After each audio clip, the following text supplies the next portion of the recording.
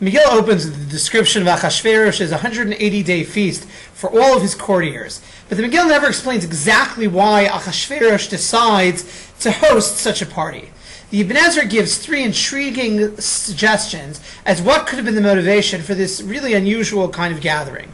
The first is he suggests that this is a celebration of the marriage of Achashverosh and Vashti. In fact, he says that he thinks that this is the accurate reason for the party. And as Rabbeinu Bachai points out, this would perhaps explain as well why the text emphasizes that Vashti made her own party as well. Similarly, we find later in the Megillah, when Esther becomes queen, that Achashverosh makes a similar type of feast.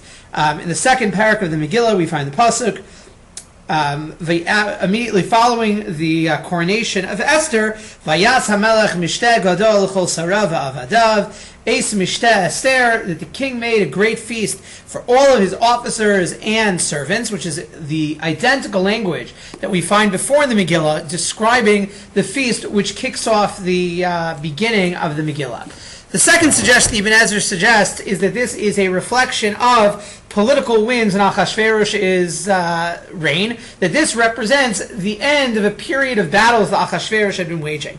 Again, we know that the Persian Empire was engaged in centuries-long conflict with the Greeks, which are later famous, written in the Peloponnesian Wars. And it may be that we need to understand that Achashverosh's reign takes place against the backdrop of geopolitical issues that we may be unaware of.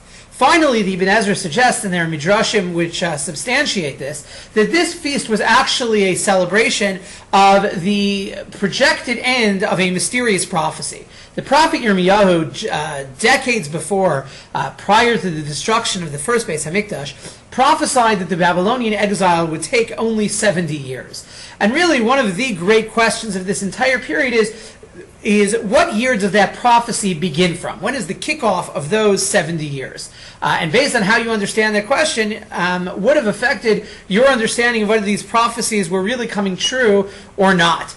In fact, we know that the book of Daniel describes an earlier Babylonian king, King Belshazzar, and how Belshazzar makes a feast using the vessels of the Beis Hamikdash based on his understanding that this really had come to the end of the period prophesied by Yirmiyahu, and as no restoration had taken place, that the time now to show the final conquest of the Beis Hamikdash by using the sacred vessels had come about. And of course, Chazal say that these same vessels had come by inheritance to Achashverosh, and they were used in the feast described here. So again, three possibilities for understanding the beginning of the Megillah. One, a celebration of the nuptials of Achashverosh and Vashti. Number two, that it marked some kind of a military political milestone in Achashverosh's own career. And thirdly, that it reflected the question, which really is a theological question of great concern, of whether the Jews were in fact going to be restored to Yerushalayim or not. And the fact that Achashverosh believed that period had come to an end, and that therefore there would be no great restoration,